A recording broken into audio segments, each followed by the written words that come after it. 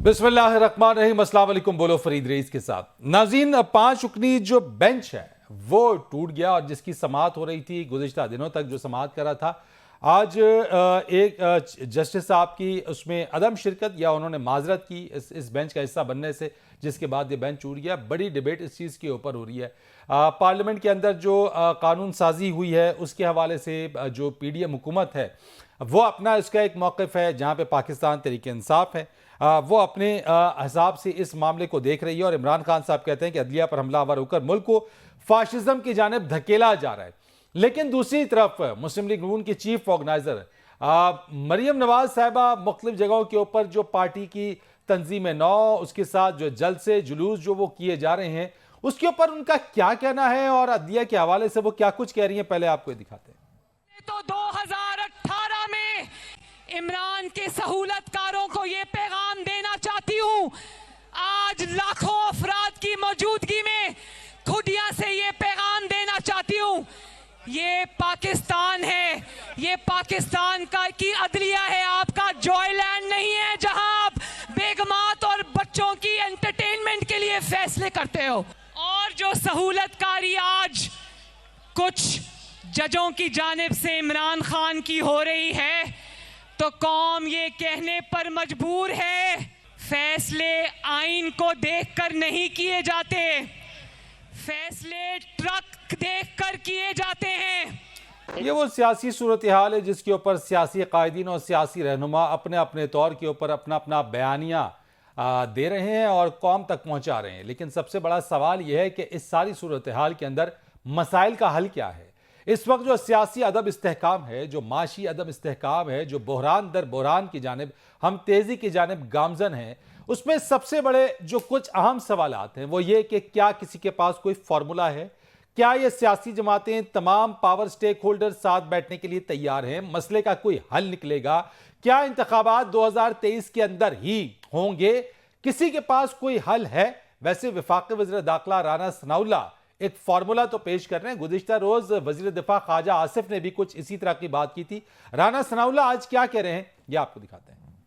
एक greater dialogue की ज़रूरत है जिसमें अपोजिशन की तमाम जमातें भी हों, जिसमें हुकूमती कोलिशन की तमाम जमातें हों, जिसमें इस्टेब्लिशमेंट भी हो और जिसमें मैं समझता हूँ कि जुडिशरी भी हो, तब जाके एक ऐसा लाहे अमल जो कि चार्टर ऑफ इकॉनमी भी हो, जो कि चार्टर ऑफ डेमोक्रेसी भी हो, जो कि चार्टर ऑफ पीस भी हो, उसके ऊपर तमाम फ्री कैन बैठ के बात करें, फिर जाके जो है ये मुल्क जो है ये वापस तरक्की के रास्ते पे जा सकता है।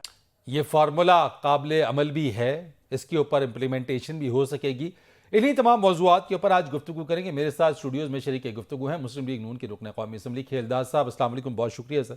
और मुझे ज्वाइन करेंगे सीनियर सहाफ़ी, सीनियर तज्ज़ियाकार आमिर लिहाज राना साहब। सर, आपको बहुत शुक्रिया प्रोग्राम में तशरीफ़ लाने के लिए। और मुझे आपसे कुछ ही देर में ज्वाइन करेंगी आलिया हमजा मलिक साहबा, पाकिस्तान तहरीक इंसाफ की सीनियर रहनुमा। खेलदार साहब, ये ग्रेटर डायलॉग के लिए जो फार्मूला आपकी क़यादत की तरफ से दिया जा रहा है, एक तरफ आपकी चीफ ऑर्गेनाइजर जो है वो अदलिया के मामलात, उनकी प्रोसीडिंग्स, तराजू के जो पलड़े उनको बराबर करना, सहूलतकारों के ऊपर वो क्रिटिसाइज़ कर रही हैं, दूसरी तरफ आपकी दूसरी क़यादत जो है वो ग्रेटर डायलॉग की बात करें। सर, कैसे करेंगे, कोई हल है आपके पास? देखें, मुस्लिम लीग नून जो जमात है वो चाहती है, ये उन्होंने हमेशा मुल्क को संवारा है और मुल्क की तरक्की और खुशहाली के लिए वज़ीर आज़म नवाज़ शरीफ साहब जो 3 दफ़ा वज़ीर आज़म रहे, उनका ये बड़ा रोल है इस मुल्क की तरक्की के लिए। और आज अगर शहबाज शरीफ साहब ने इन हालात में हमने नो कॉन्फिडेंस मूव किया तो वो भी पाकिस्तान के खातिर, पाकिस्तान की तरक्की और पाकिस्तान के मसाइल के खातिर पहली प्रायरिटी हमारा पाकिस्तान है। अब ये जो लेकिन अब की बार आप लोग ऐसा लग रहा है कि मुमकिन नहीं हो पा रहा, आपसे संभल नहीं रहा। मैं आपको बता रहा हूँ, देखो 2017 में जब नवाज शरीफ साहब के खिलाफ साजिश हुई, पानामा का बहाना बनाकर अकामा पे निकाला गया, आज सारे वो किरदार जो है बोल रहे हैं, इंटरव्यूज़ के सूरत में इनडायरेक्ट उनके बयानात आ रहे हैं। मैंने आज कौमी असम्बली में भी ये बात की कि वो जो साजिश की गई, जो पाकिस्तान एशियन टाइगर बनने जा रहा था, पाकिस्तान तरक्की की तरफ गामजन था, क्या वजूहत है। आप पार्लियामेंट में, मैंने डिप्टी स्पीकर साहब को गुजारिश की कि उन मोरकात, उन किरदारों को, और जो जैसे जावेद चौधरी साहब ने आर्टिकल लिखा है, जैसे बाकी सहाफ़ी लिख रहे हैं, मैतला साहब, उनको बुलाएं, उनसे पूछा जाए कि ये हकीकत है, जिन किरदारों का इसमें रोल है वो सामने आने चाहिए। जब नहीं तो 2007 बुला लेना ये मैं ये तो अभी इनडायरेक्टली आ रही है ना। मैं जो बात कर रहे हैं उनको बुला ले, बाजवा साहब को बुला ले, वो या तस्दीक करेंगे या तरदीद करेंगे। मैं एक मेंबर की हैसियत से, एक पाकिस्तानी की हैसियत से मैंने डिप्टी स्पीकर के सामने ये रखी, ये रिकॉर्ड है मेरी आज की स्पीच। दूसरी बात ये कि 2017 में जब कुछ नवाज शरीफ के साथ किया, तब भी नवाज शरीफ साहब का आप निकाल लें, उन्होंने यहाँ इस्लामाबाद में कहा कि सोशल कॉन्ट्रैक्ट बनना चाहिए, तमाम फरीकें में बैठना चाहिए। हमने उसके साथ इतनी नाइंसाफ़ी। उसके बाद शहबाज शरीफ साहब, हमारा मैंडेट चुराया गया, वो असेंबली में आए, उन्होंने कायदे ऐवान को कहा आए चार्टर और इकानमी करें। आज भी जैसे राना सनाउल्लाह की बात की या शाहिद खाकान अब्बासी ये बार बार बात करते रहे हैं।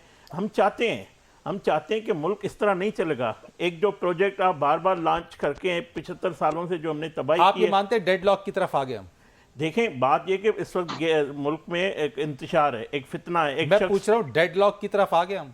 नहीं, हमारी कोशिश है कि मुल्क को आगे बढ़ाएं, हमारी तरफ से कोई डेडलॉक नहीं है। मगर जो एक शख्स के, देखें आज सुप्रीम कोर्ट में 21 लाख जो मौजूद अदालत है उसमें 21 लाख केस जो है ज़ेर इल्तवा है।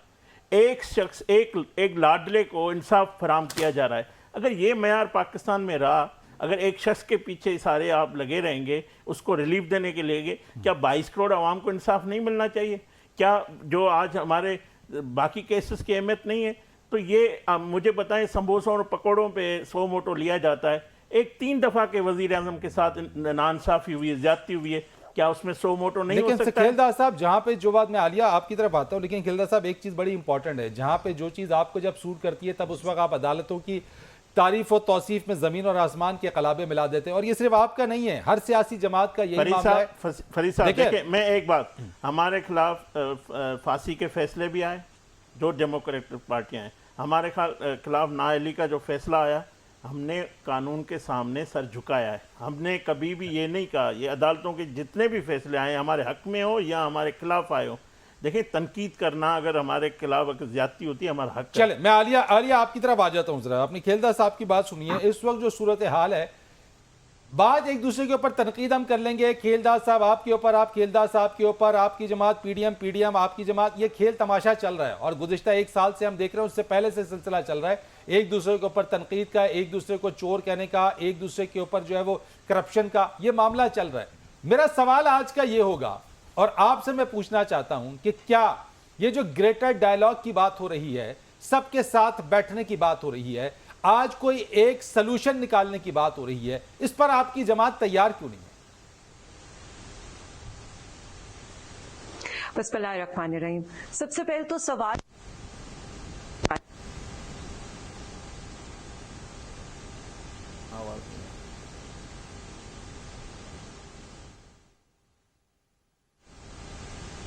अच्छा जी, आपकी आवाज़ मुझ तक नहीं आ रही है Alia. I can not here you. I am really very sorry कि मुझे आपकी आवाज़ नहीं आ रही है। आपकी ऑडियो फिक्स करते हैं, then I will take your version and your take on it. Aamir Ilyas आना साहब, इस आज की तारीख में हम कहाँ मौजूद हैं सर? क्या होने जा रहा है? यानी कि एक तरफ जुडिशरी में जो कुछ हो रहा है, कानून साजी पार्लियामान के अंदर हो रही है, उसके बाद इलेक्शंस के हवाले से इमरजेंसी लगने की बाज़गश्त, हो क्या रहा है सर इस वक्त मुल्क में? मुल्क में वो हो रहा है जो हमारे तमाम स्टेक होल्डर्स चाहते थे, क्योंकि सब मुल्क का नाम लेते हैं, सब पाकिस्तान का नाम लेते हैं और सब ने अपना अपना गंद इसके अंदर टिका के डाला है। जो खिलदार साहब कह रहे हैं कि राना सनाउल्लाह ने भी कहा कि जनाब ग्रेटर डायलॉग होना चाहिए, और ये तो आसिफ सईद खोसा साहब अपने फैसलों के बाद जब चीफ जस्टिस बने तो वो भी कह रहे थे। उन्होंने तो 184(3) को भी रेगुलेट करने के लिए कहा था, लेकिन किया नहीं। इशू ये है कि आज हम फंस गए हैं, इकोनॉमिकली भी, हम सियासी तौर पे भी। हमारी दुनिया भर में जो गत बनी हुई है और इंडिया उस पर जो एंजॉय कर रहा है, वो हमारे सबके सोचने का मकाम है। देखिए, आज अभी इमरान खान साहब का ट्वीट आया था कि कोई भी बेंच बन जाए हमें उससे कोई नहीं है, हमें सिर्फ इलेक्शन चाहिए। बिल्कुल ठीक बात है, ये एक डेमोक्रेटिक मुतालबा है जिसकी तरफ ध्यान देना चाहिए। लेकिन इशू ये है कि जो जमीनी हकायक है वो बिल्कुल उसके बरक्स जा रहे हैं। जो मुतालबात चीफ जस्टिस ऑफ पाकिस्तान से उनके ब्रदर जजेस कर रहे हैं, उसका जवाब कौन देगा? क्योंकि ये जो बाहर की बात है ना कि बेंच फिक्सिंग हो रही है, मरियम नवाज का आपने शॉर्ट्स इब्तिदा में सुनवाया, उन्होंने फैमिली की बात की, सब कुछ की। सियासतदान यही कुछ करते हैं। इफ्तिखार चौधरी को इमरान खान साहब ने बहुत टिका के हदफे तनकीद बनाया जब वो चीफ जस्टिस थे। ये मतलब आप देख लें, बेनजीर भुट्टो कैंगरू कोर्ट्स कह देती थी, चमक का फैसला कह देती थी। इसमें कोई मफर नहीं है कि किसी ने भी कोई बात ऐसी नहीं छोड़ी कि जब उसका मफाद नहीं तो उसने उसको तनकीद का निशाना नहीं बनाया। बिल्कुल ठीक बात है कि आप अपनी अपनी बात करें, लेकिन जैसे अभी जो जस्टिस फाइज ईसा साहब का केस आया है, जिस जस्टिस मोहतरम ने शाहिद साहब ने उन्होंने कहा है कि मैं कैसे कह दूं कि जो केस मेरे सामने नहीं है उसके ऊपर मुझे फैसला देना चाहिए। यानी अच्छा, मैं अगर उनसे पूछ पाऊं या कोई मेरा सवाल हो कि मैं उनसे पूछूं कि पनामा केस में अकामा का केस था जिसके ऊपर एक प्राइम मिनिस्टर को नाअहल कर दिया गया। मेरे ख्याल में वो केस पनामा का था जिसके ऊपर नवाज शरीफ की नाअहली के बाद सब ने आंखें बंद कर दी। कोई केस किसी वो जो 400-500 लोग थे, कहीं पे किसी ने नाम लिया? नहीं लिया। तो ये है वक्ती सिलेक्शन, उसके ऊपर फैसला करना, फिर बेंचों के ऊपर इतराज इनके साथी जजेस कर रहे हैं। सारी सूरत हाल के अंदर मेरा तो सवाल ये बनता है कि एक तो तरफ आपकी जैसे एक और जो इमरान खान का मुतालबा है कि जनाब जल्दी इलेक्शन करा दें, चले इलेक्शन हो जाते हैं, क्या इलेक्शन के नताइज तस्लीम होना और फिर क्या इलेक्शन मसले का हल है? और फिर एक और सवाल ले लीजिएगा सर, 2023 में इलेक्शन होते हमें नजर आ रहे हैं? देखिए, जो आपने कहा है ना, मैंने इमरान खान साहब के उस मुतालबे को कहा है कि वो एक एक्चुअल मुतालबा है, लेकिन जमीनी हकायक उसके बरक्स हैं। जो इलेक्शन कमीशन ने लिख के सुप्रीम कोर्ट के सामने किया, कल उनके वकील ने बताया। अच्छा, सुप्रीम कोर्ट ने एक फैसला पंजाब में बल्दियाती इदारे बहाल करने का दिया था। 7 महीने वो जजेस भागते रहे, पीछे फिरते रहे जजेस के पास। वो जो नाजमीन थे, जो बहाल हुए थे, चेयरमैन थे, उनकी तौहीन अदालत की दरखास्त नहीं लगी। और 1997 में जस्टिस सजाद अली शाह ने आर्मी चीफ को लिखा था कि आप हमारी मदद को आए, और उन्होंने डिफेंस सेक्रेटरी को वो खत मार्क कर दिया था। सब पाबंद हैं सुप्रीम कोर्ट के अहकामात मानने के, लेकिन मैं आपको सारे हकायक बता रहा हूं कि कब माने गए और कब नहीं माने गए। तो जिसको कुव्वत नाफजा एस्टेब्लिशमेंट कहते हैं, वो कहां खड़ी है? जब तक आप बैठ के डायलॉग नहीं करेंगे, मुझे कोई इलेक्शन नजर नहीं आ रहा, जो मर्जी कर ले। सर, डायलॉग ये खुद से करेंगे या इनको बिठाने की जरूरत है? देखिए ये वो होगा कि अभी हम कोई जो हमारे लिए एक ड्रामा बन गया ना कि ये एक बनाना रिपब्लिक हो गया है। यहाँ पे जिसका दिल करता है वो ये लफ्ज यूज कर लेता है। जनरल मुशर्रफ मरूम भी ये यूज कर लेते थे कि हम कोई बनाना रिपब्लिक है। लेकिन बात ये है कि आखिर कब बैठेंगे? पार्लियामेंट ने एक लॉ पास किया है, जो अभी साइन होगा तो वो बाकायदा तौर पे लॉ बनेगा। लेकिन मुजव्वजा बिल पास हो चुका हुआ है कौमी असम्बली से कि जिस सुप्रीम कोर्ट की उन्होंने वो बात नहीं की कि उनके कर्टेल किए गए हों, उसको रेगुलेट करने के लिए कहा गया, क्योंकि 1980 के जो रूल्स हैं वो जनरल ज़ियाउल हक के बनाए हुए हैं।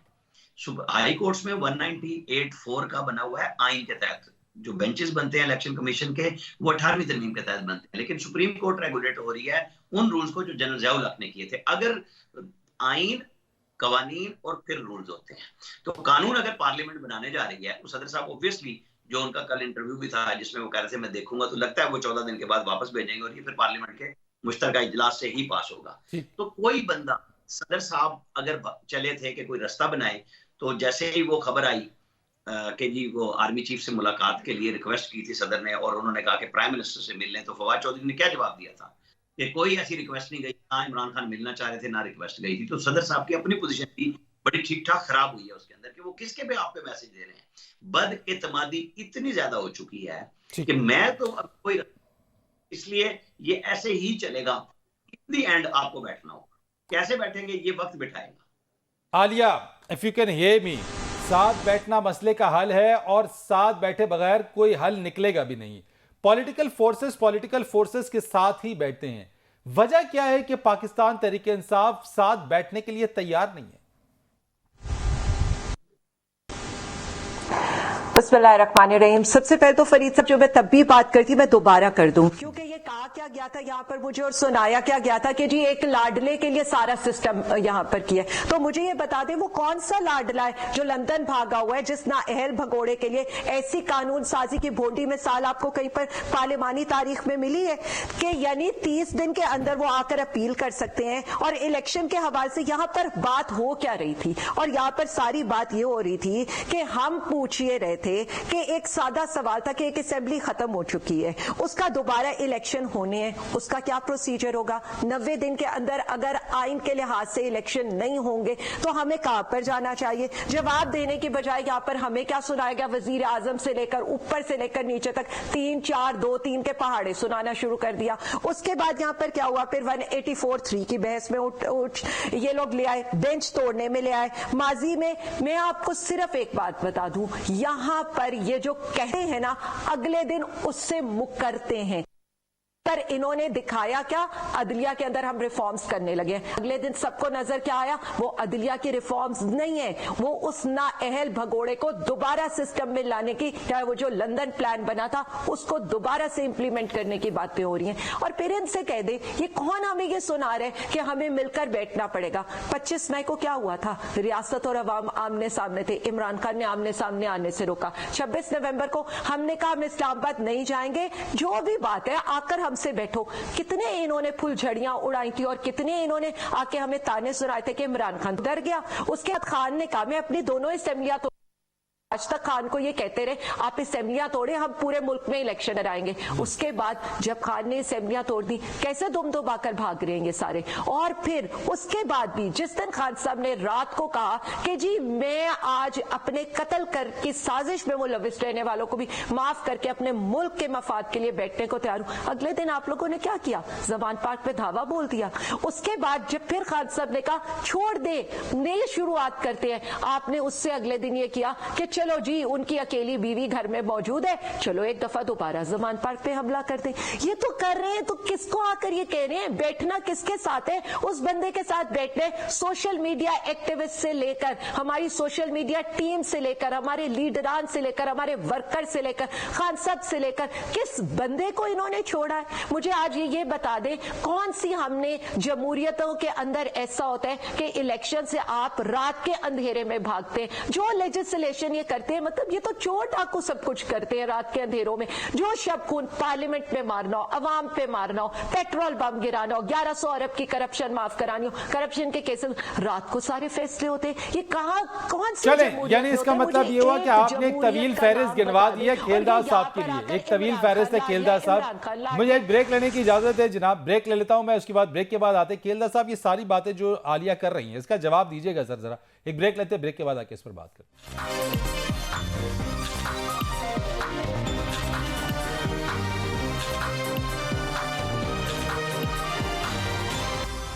तो अब मैं आपको एक बार फिर खुश आमदीद कहते हैं। खेलदार साहब ये जो बातें आलिया कर रही हैं कि जनाब ये असेंबली में आना जब चाहते हैं आप इनके इस्तीफे मंजूर कर लेते हैं, खान साहब जब बैठने की बात करते हैं आप जमान पार्क के ऊपर चले जाते हैं, जब ये बात करते हैं दूसरी आप इनको किसी और जगह से इंगेज कर देते हैं और मलबा इन्हीं पर गिरा देते हैं कि जनाब ये बैठना नहीं चाहते। देखिए ये जो मैं पहले भी आपको कहा फितना और इंतशार की सियासत है, उसका खालक जो है वो पाकिस्तान में इमरान खान है। हमने भी 90 में गलतियाँ की, हमने उससे सीखा, मगर ये कुछ नहीं सीखा है। ये शख्स 4 साल की नाकामी से भी कुछ नहीं सीखा है।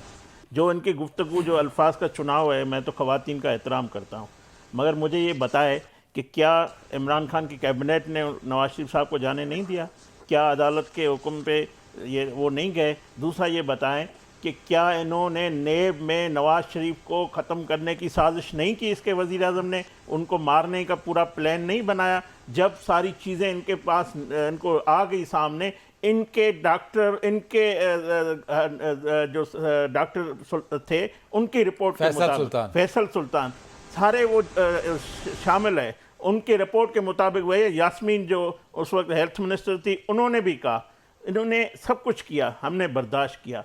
नहीं, लेकिन वो कह रही है कि अभी जो रिफॉर्म्स आप कर रहे हैं वो रिफॉर्म्स नहीं है बल्कि अपने ही केस से देखे ना, मेरी बात सुने, आप तराजू के पलड़े बराबर ऐसे कर रहे हैं कि उस वक्त या नवाज शरीफ साहब के ऊपर जो हुआ वो उसमें अपील कर सकते हैं, जहांगीर तरीन साहब वो अपील कर सकते हैं, जो उसमें हुए वो अपील कर सकते हैं। देखिए तराजू में एक तरफ लाडला बैठा हुआ है इमरान खान, दूसरी तरफ पूरा पाकिस्तान है, फिर भी लाडले का जो वो साइड है वो ऊपर है। बात यह है कि मुझे ये बताएं कि ये कहते हैं कि बीबी बैठी हुई थी और बड़ा हमला हो गया, क्या मरियम नवाज को नवाज शरीफ के सामने जेल से गिरफ्तार नहीं किया गया? क्या हमारे बाकी जो नवाज शरीफ के घर पे उनकी वालदा बुजुर्ग वहाँ मौजूद थी, इन्होंने रेड किया? क्या वज़ीर आज़म शहबाज शरीफ के बेटियों के घर पे इन्होंने पुलिस नहीं भेजी? ये चोरनी बैठी हुई है। चोरनी जिसने अरबों रुपए मुल्क के लूटे हैं वो उधर बैठी हुई है जमान पार्क में, और उसके लिए सारी पार्टी उनके लिए काम कर रही है। और इमरान खान आके बोलता है वो सियासत से ताल्लुक नहीं है। सियासत से अगर ताल्लुक नहीं है तो जो तोशा खाना हो या जो एक बिल्डर माफिया के साथ जो उन्होंने लेन देन किए, जो अरबों रुपए एक चोरनी को दुबई छुपाया हुआ है, उसको हिसाब नहीं देना पड़ेगा इस मुल्क का जिन्होंने लूटे हैं। ये किस चोरनी की क्या कयामत आ गई है इनके ऊपर के उनके लिए पुलिस आ गई। भाई आप अगर पुलिस पे पेट्रोल बम फेंकोगे, कौन से सियासतदान ने अदालत में पेश हुआ है वो 2000 असला बरदार लोग लेके गए। नवाज शरीफ में 100 से ज़्यादा पेशियां भुगती है, एक गमला टूटा, इन्होंने दहशतगर्दी की, इन्होंने पुलिस को मारा। ये फाशिस्ट जमात है। जो हमने कराची में सब फाशिज्म बंद किया वो लाहौर में आके इन्होंने आज शुरू किया हुआ है। ये दहशतगर्द बिठा के बैठा हुआ है जमान पार्क में और कहता है मेरी बीवी अकेली है। सिर्फ कानून के सामने कोई भी हो, खवातीन हो, मर्द हो, उसको पेश होना पड़ेगा अगर जुर्म किया है। चोर को सजा मिलनी चाहिए। ये क्यों ये कहते हैं कि बड़ा हमारे साथ जुल्म हो रहा है। आपने जुल्म ज्यादती की केसेस बनाए, हीरोन के केस में आपने झूठे केस में राना सनाउल्लाह को पकड़ा, आपने किसको नून लीग की क़यादत को छोड़ा है, सीनियर क़यादत को आपने झूठे केसेस में दाखिल किया। क्या हम पेश नहीं होते रहे? हम आज तक पेश हो रहे हैं। ये क्यों नहीं पेश होता? नेक के सामने ये चोरनी क्यों नहीं पेश होती? ये पीरनी जो बैठी हुई है, क्या ये कानून से बालातर है इसकी बीवी? जी आलिया साहबा, ये काउंटर आर्ग्यूमेंट जो है वो खेलदार साहब ने दे दिए। मेरे पास तो सिर्फ इतना ही है कि ये अगर आपस में इल्जामात की सियासत तो हम करते नहीं, हम इल्जाम नहीं लगा रहे, हम हकायक पे बात कर रहे हैं। पाकिस्तान में एक शख्स कहता है मैं नेब के सामने पेश नहीं हूंगा, मैं अदालत में पेश नहीं हूंगा, मुझे घर बैठ के इंसाफ चाहिए। ये मयार सबके लिए करना चाहिए, आपके लिए भी करना चाहिए, कैमरामैन के लिए भी करना चाहिए, तमाम पाकिस्तान के लिए करना चाहिए। ये कोई ऊपर से आए हुए कोई। जी आलिया साहब रिस्पॉन्ड कीजिएगा इसके ऊपर। उनको चुप करा लें तो मैं रिस्पॉन्ड कर दूंगी। मैं तो लड़ नहीं सकती क्योंकि मैंने तो बात की ना, मैंने आपको इंटरप्ट नहीं किया, मैंने उनको इंटरप्ट नहीं किया। आपको मैंने अपने आप इस पर रिस्पॉन्ड कर दीजिए बस। नहीं, मैंने भी इसीलिए नहीं किया। मैंने कहा जो कहते हैं कहने दे। मैंने भी इसीलिए नहीं किया, जो कहते हैं कहने दे। मुझे ये बता दें ये किसकी बात कर रहे थे? वो जो 4 हफ्ते सेहत का बहाना बनाकर बाहर भगोड़ा बैठा हुआ है, उसकी बात कर रहे थे। वो अदालतों के आगे पेश नहीं होता। या उसकी बात कर रहे थे कि 18 मार्च जिसका मुकदमा नैब के अंदर लगाई। एक सेकंड देखिए, मेरी बात सुने, मैं क्रॉस टॉक करती नहीं हूं, इनसे क्या तमीज में रहें और आराम से बात सुने। या उस चोरनी या पीरनी की बात कर रहे थे जिसका 18 मार्च ट्विटर बंद हुआ था तो उसका मुकदमा इस्लामाबाद हाईकोर्ट में नहीं लग रहा था? या जिसने NRO 2 लेकर इस वक्त जो बैठी हुई है, NRO 2 के फजीलियात से बैठे हुए। देखिए मेरी बात सुने, मैं एक दफा कह रही हूँ, मैं या तो फिर जो है मैं ये बर्दाश्त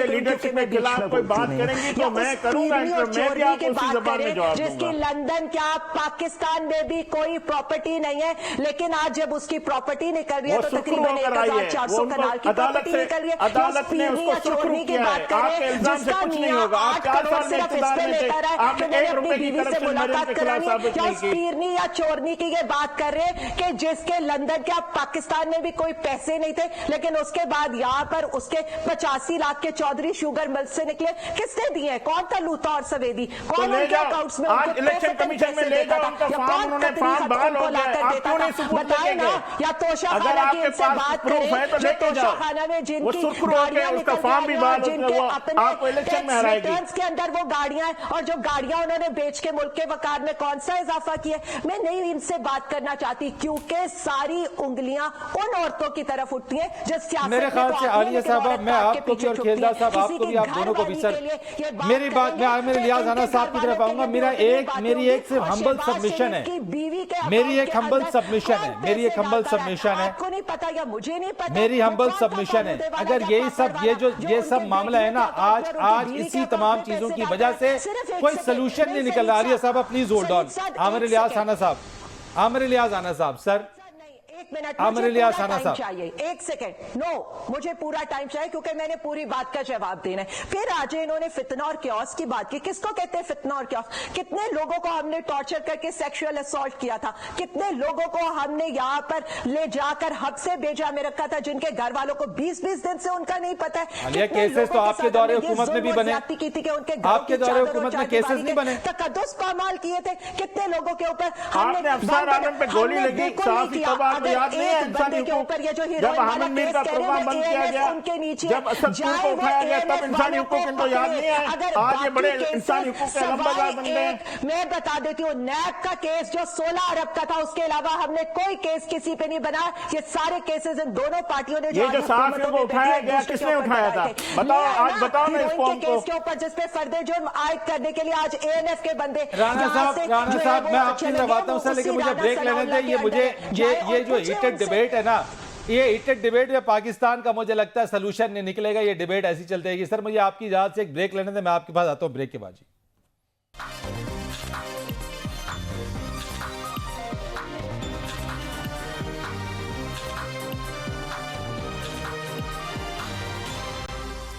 प्रोग्राम में एक बार फिर आपको खुशामदीद कहते हैं। आमिर इलियास राणा साहब, ये ब्रेक पर जाने से पहले आपने भी ये हीटेड डिबेट सुनी और यही हीटेड डिबेट, अच्छा जी आमिर इलियास राणा साहब जी हमारे साथ कोशिश करते हैं दोबारा वो ज्वाइन करें। खेलदार साहब, सोल्यूशन की तरफ तो कोई भी नहीं है सर, ना आप है ना वो है, दोनों की तरफ से ये हीटेड डिबेट चल रही है सर। इस मुल्क और कौम का क्या होगा मुझे ये बता दें सर, जिम्मेदारी आपके ऊपर है सर। जी बिल्कुल, हम जिम्मेवारी को मानते हैं। हम आज अगर हुकूमत हमने ली है, हम पूरी कोशिश कर रहे हैं। हम ये नहीं कह रहे हैं कि हम टमाटर का रेट कम करने नहीं आए, हम आलू का रेट कम करने हम अच्छा मैं राणा साहब से ले लूँ सर, अगर आप बिल्कुल, मैं उनसे सर।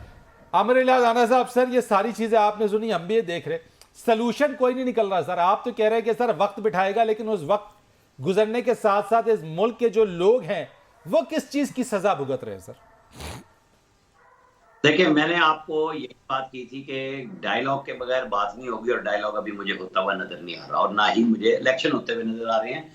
मैंने बात की है जमीनी हकायक के मुताबिक, और आपको पाकिस्तान के अंदर बहुत पुरानी बातें नहीं, बड़ी ही 10, 15, 20 साल की बातों के साथ आपको ये सुनाया कि क्या क्या सुप्रीम कोर्ट के अहकामात हुए, कब कब अमल हुआ, कब कब नहीं हुआ।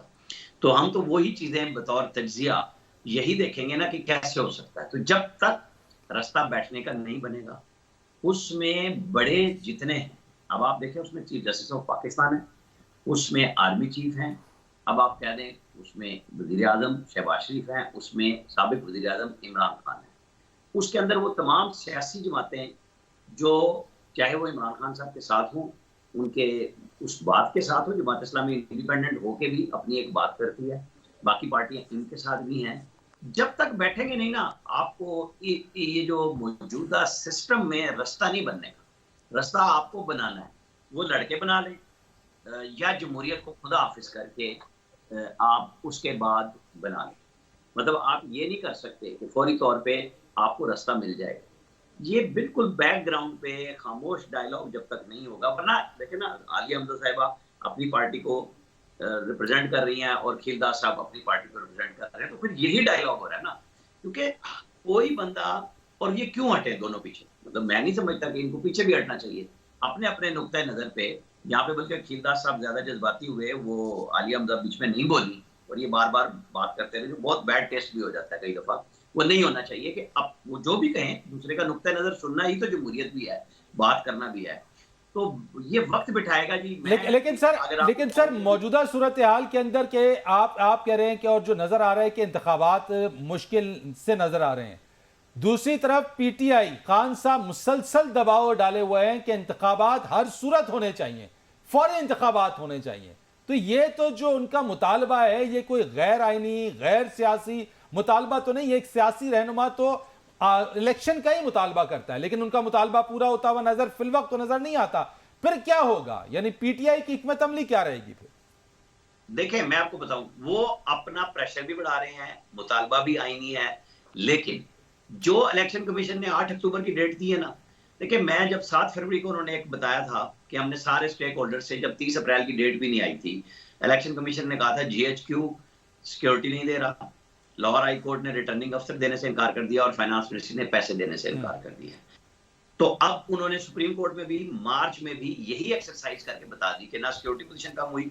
मैं इस पे नहीं जा रहा कि वो ठीक है या गलत है, वो सुप्रीम कोर्ट बैठी है, सुप्रीम कोर्ट कल 11:30 बजे बैठेगी, वो देखेगी कि उन्होंने भी तो यही कहा था ना कि सेक्रेटरी डिफेंस और सेक्रेटरी जो इंटीरियर हैं उनकी तरफ से जवाब अटॉर्नी जनरल लेके आए कि क्या कोई ऐसी बात हो सकती है कि जिसके अंदर कोई कम वक्त का रास्ता निकले। यानी सुप्रीम कोर्ट भी आईनी कानूनी उसके बजाय तशरीही आइन पे है, पंचायती आइन पे जा रही है कि बातचीत करके कोई नेशनल डायलॉग जो भी नाम लेंगे कि नेशनल इलेक्शन इकट्ठे एक वक्त में हो जाएं कि उसी में सबका गुजारा होना है। इमरान खान साहब को नहीं है कबूल।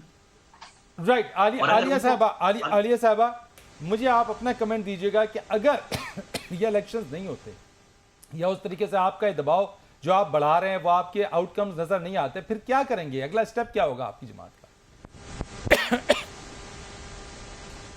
मैं तो सिर्फ इतना समझती हूँ कि जो आइन है, आइन सिर्फ इतना कहते हैं 90 दिन में इलेक्शन होने, जो 91 डे के ऊपर यहाँ पर रहेगी ना जो भी हुकूमत, वो आर्टिकल 6 की मुर्तकिब तो होगी, जो भी निगरान हुकूमत होगी। ऐसा तो हो नहीं सकता। या तो फिर ये अपने आप को जमहूरियत का अलमबरदार कहना छोड़ दें और ये बता दें कि हम आमरीत की पैदावार थे और आमिर ही की गोद में पड़े थे और इसीलिए हम यही काम करेंगे क्योंकि हम अवाम से भागेंगे। अब जो बात यहाँ पर हो रही थी, मैं सिर्फ इतनी सी बात बता दूं, कब हमने कहा है, और अभी तो अंडरटेकिंग देने को भी असद उमर साहब ने कहा है कि ठीक है चीफ जस्टिस साहब कह रहे हैं हम बैठने को तैयार हैं, लेकिन आप मुझे ये बता दें इनकी सूरत हाल क्या है। इनकी सूरत हाल यह है कि ये कहते हैं माफी मांगे, तो मैं इनसे कहती हूँ आप अवाम से माफी मांगे। इसलिए अवाम से माफी मांगे कि जो 12% की महंगाई थी आज 47% पर करने वाले आप हैं।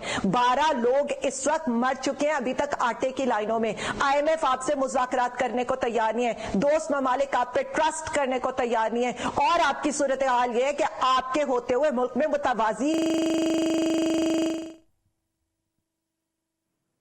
अच्छा जी, ऑडियो जी फ्रीज हो गई है। खेलदार साहब, ये जो बात की इस चीज़ के ऊपर आप बताओ, कह रहे हैं आप माफ़ी मांगे। देखिए फरीद साहब, पहली बात ये हमारे जो एंकर साहब हैं उनका भी मैंने राय सुनी।